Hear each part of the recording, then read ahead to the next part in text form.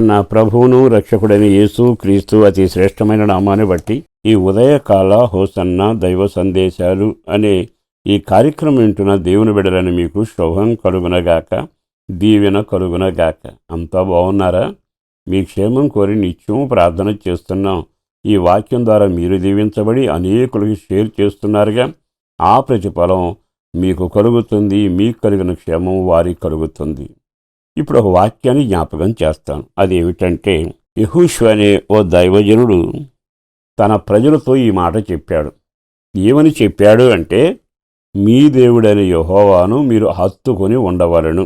యెహోషువ గ్రంథం 23వ అధ్యాయము 8వ వాక్యంలో ఇలా తేటగా రాయబడింది. ఎందుకు ఈ నాయకుడు ప్రజలకు ఆ మాట చెప్పాడు అంటే, నాయకుడు దేవునితో నడిచాడు, దేవుణ్ణి హత్తుకున్నాడు, దేవుని మాట ప్రకారం జీవించాడు. కనుక తన పిల్లలకి, తన సైన్యానికి, తన వెంబడిస్తున్న జనాంగానికి అధికారపూర్వకంగానూ ఆదేశపూర్వకంగానూ బ్రతిమలాడినట్టును ఓ రకంగా క్షేమం కోరి చెప్పిన మాట, మీ దేవుడైన యెహోవాను హత్తుకొనండి. హత్తుకుంటే ఏమవుతుంది? మొదటి మాట చెబుతాను. మనం నిజమైన ద్రాక్షావళిని చూసినప్పుడల్లా తీగ ద్రాక్షావళిలో ఉంటే ఎంత దూరమైనా పాకొచ్చు, కానీ ఫలితం ఉంటుంది, ఫలాలుంటాయి. ఆ తీగ ద్రాక్షావళిలో లేకుండా ఎంత దూరం ఎదిగినా ఫలాలు లేకపోగా ఎండిపోవడం జరుగుతుంది. ఎందుకని? దానిలో హత్తుకుని కలిసి లేకపోవడం. మనం కూడా చాలాసార్లు దేవుల్లో ఉన్నామనుకుంటాం, పాటలు పాడతాం, ప్రార్థన చేస్తాం, వాక్యం చదువుతాం, దానాలు చేస్తాం, కానీ ఫలితం కలగటం లేదుగా, దానికి జవాబు రావటం లేదుగా. ప్రార్థనలు చేసిన అట్లాగే ఉంది జీవితం. ప్రభువుని నమ్మారు, వీళ్ళకి ఏం జరిగిందట అనే మాటలు అనేక చోట్ల వింటూనే ఉన్నాం. మరి ఈ శుభవేళ ఒక సేవకుడుగా నేను చెప్పగలిగిన మాట, దేవుణ్ణి హత్తుకొని ద్రాక్షావళిలో తీగలాగా మనం జీవించగలుగుతున్నామా? నీవెప్పుడైతే ఆయన హత్తుకుని ఉంటావో నీ జీవితంలో ఒక అద్భుతం జరుగుతుంది. పొల్లని మామిడిని తీయని మామిడి చెట్టుకు అంటు కడతారు. మీరంతా ఈ వ్యవసాయం ఎరిగిన వాళ్లే కదా. ఈ పొల్లని మామిడి స్వభావం మారాలని తీయని మామిడికి తెచ్చి ఆ కొమ్మను చెక్కి, ఇటువైపు కూడా చెక్కి, రెండింటిని కలిపి అంటుకట్టి దాంట్లో తగిన బందోబస్తుగా చేసి దాన్ని విడిచిపెడతారు.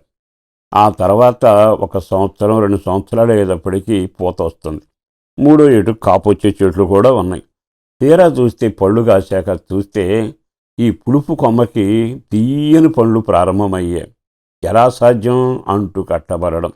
మనం ఎవరమో తెలుసా? బలహీనుడు, దేవునికి విరోధమైన కలిగిన వాళ్ళం, శాపాన్ని పలికేవాళ్ళం, శాపాన్ని మూటగట్టుకునేవాళ్ళం, చరిత్రను పాడు చేసుకునేవాళ్ళం, ఇతరులను చెరిపేవాళ్ళం. కానీ నీవెప్పుడైతే నిజమైన దేవుడైన యేసుతో నీవు అంటు కట్టబడి, ఆయన యథార్థవంతుడు, పవిత్రుడు, ప్రపంచమంతా ఆయన గురించి చెప్పింది కదా. మీలో పాపం ఉందని ఎవరైనా చెప్పగలరంటే ఎవరో చెప్పలేకపోయారు. నేనే పరిశుద్ధుడను, మీరును పరిశుద్ధులుగా ఉండని చెప్పాడు. ఆయనతో అంటు కట్టబడ్డాక దీనికి ఫలాలు మారాయిగా. అందుకే నువ్వు దేవుణ్ణి హత్తుకుని ఉంటే నీ జీవితంలో ఎంత దూరమైన ఫలభరితంగానే, ఎన్ని సంవత్సరాలైనా ఫలభరితంగా ఉంటావు. హత్తుకుని ఉంటే నీలోని పులుపు, చేదు, బలహీనతలు, పొరపాట్లు, తప్పిదాలన్నీ సరిచేయబడి కడగబడిన మంచి మనిషిలాగా బ్రతకగలుగుతావు. నువ్వెప్పుడైనా హత్తుకుంటావో దేవునిలో ఉన్న శక్తి, దేవునిలో ప్రభావం నీలోకి వస్తుంది. సరే, యెహోషువ గురించి ఒక మాట చెప్పన. ఆయన హత్తుకుని ప్రభువుతో ఉన్నాడు గనక ఓ రోజున యుద్ధం వచ్చినా దిగులు పడకుండా చేయి పైకెత్తి కత్తి ఎత్తితే అద్భుతం జరిగింది. పరిగెత్తే సూర్యుని ఆగు అని ఆదేశిస్తే ఆగిపోయింది. జీవితంలో చెప్పాలి అంటే, యోర్దాను మెదబడుతుంటే సేవకులను కాస్త ముందుకు నడిపిన నీళ్ళలో నిలబడితే అద్భుతం జరిగింది. అంటే నువ్వు హత్తుకుని దేవునితో ఉంటే ఎన్ని కార్యాలు జరుగుతాయి, ఎన్ని దీవెనలు నీకు కలుగుతాయి, ఎంత ఆశీర్వాదం నీకు కలుగుతుంది. మరి ఈ రోజున ఈ మాటలు విన్నాకైనా ఆయన ఊరకే చెప్పలేదుగా, మీ దేవుడైన యెహోవాను మీరు హత్తుకొనండి. అప్పుడు ఆయనలోని గుణాలు, స్వభావం, దీవెన అన్నీ దేవ స్వభావాలు నీకు వస్తాయిగా. ఇంటా బయట దీవించబడతావు, కృపగలిగిన వ్యక్తిలాగా వర్ధిల్లుతావు, అనేకులకు సాక్షిగా ఉంటావు. నీ జీవితం అనేకులను తల ఎత్తి చూసేట్టుగా నీ వైపు ప్రజలు ఎదురు చూస్తారుగా. ఆ కృప మీకు కలుగునగాక. పరిశుద్ధుడును ప్రేమమడిన ప్రభు వందనాలయ. అపారమైన మీ ప్రేమను బట్టి వందనాలు. పేరు పేరున బిడ్డను దీవించండి, ఆశీర్వదించండి, రెక్కల నీడలో భద్రపరచండి. వాళ్ళ జీవితాలు దీవెనకరంగా ఉండేట్టుగా కార్యాన్ని చేయమని మరొకసారి కుటుంబ క్షేమం కొరకును, అందరి ఆరోగ్యం కొరకు, ఐక్యత కొరకును, రక్షణ కొరకు ప్రార్థన చేస్తున్నాం. అలాగే ఆ ఇంట్లో జరగాల్సిన శుభకార్యాలు జరగాలి. పుట్టినరోజునైనా పెళ్లి రోజు జరుపుకునే వారికి దీవెన కలుగ చేయండి. చదువులకు అడుగుపెట్టిన పిల్లల జీవితాల అద్భుతాలను, వయసున్న వారికి వివాహాలను, నిరుద్యోగులకు ఉద్యోగం కలగాలి. వాళ్ళు ఏ పని చేసినా కష్టార్జితం దీవెనకరంగా మారాలి.